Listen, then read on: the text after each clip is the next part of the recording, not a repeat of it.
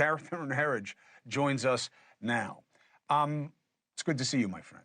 Thank you for joining me. I'm very sorry it is under these circumstances, but I must tell the audience, I am not surprised that it is you fighting this fight.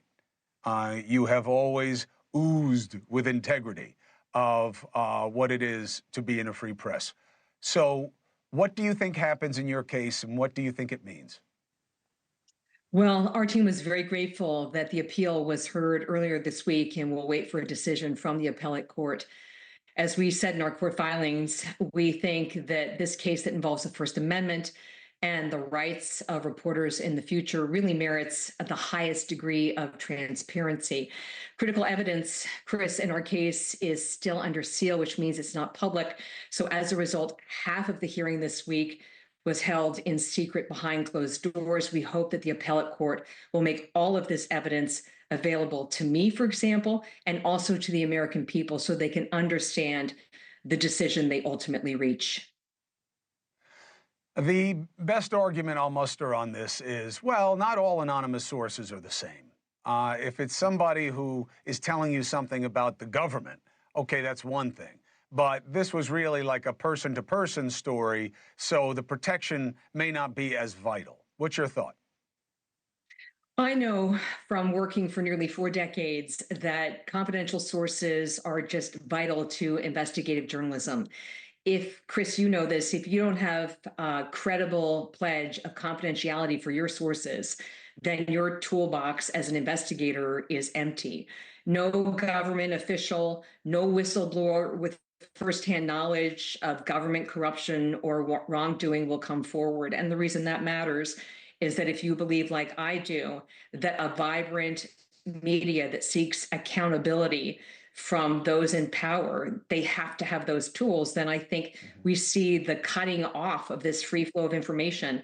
And the Press Act, I think, really comes at the right time. It's protecting all journalists, and especially those who work independently or smaller digital newsrooms that cannot withstand the kind of legal and financial pressure that I have faced over the past couple of years. Why do you think Trump is against it? Do you think he just wants to pass it himself? And what would you say to him if you got to talk to him about it? I would welcome the opportunity to sit down with President Trump and talk to him face to face about this legislation.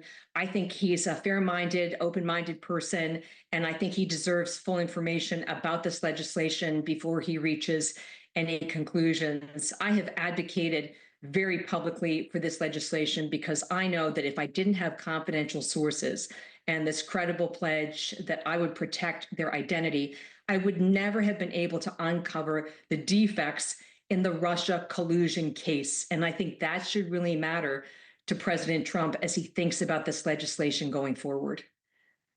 What would be a reason to not like the act from his perspective? That he doesn't believe in anonymous sources, so he wants everybody to divulge? I can't speak for President Trump. Right. What I would say is that the protection of confidential sources really cuts both ways. It's not a left issue. It's not a right issue. It's really a democracy issue. And I don't need to tell you this. We're looking at just a tectonic shift in the media landscape right now. We saw in this election, I think, Joe Rogan break the back of 60 Minutes in terms of the audience reach.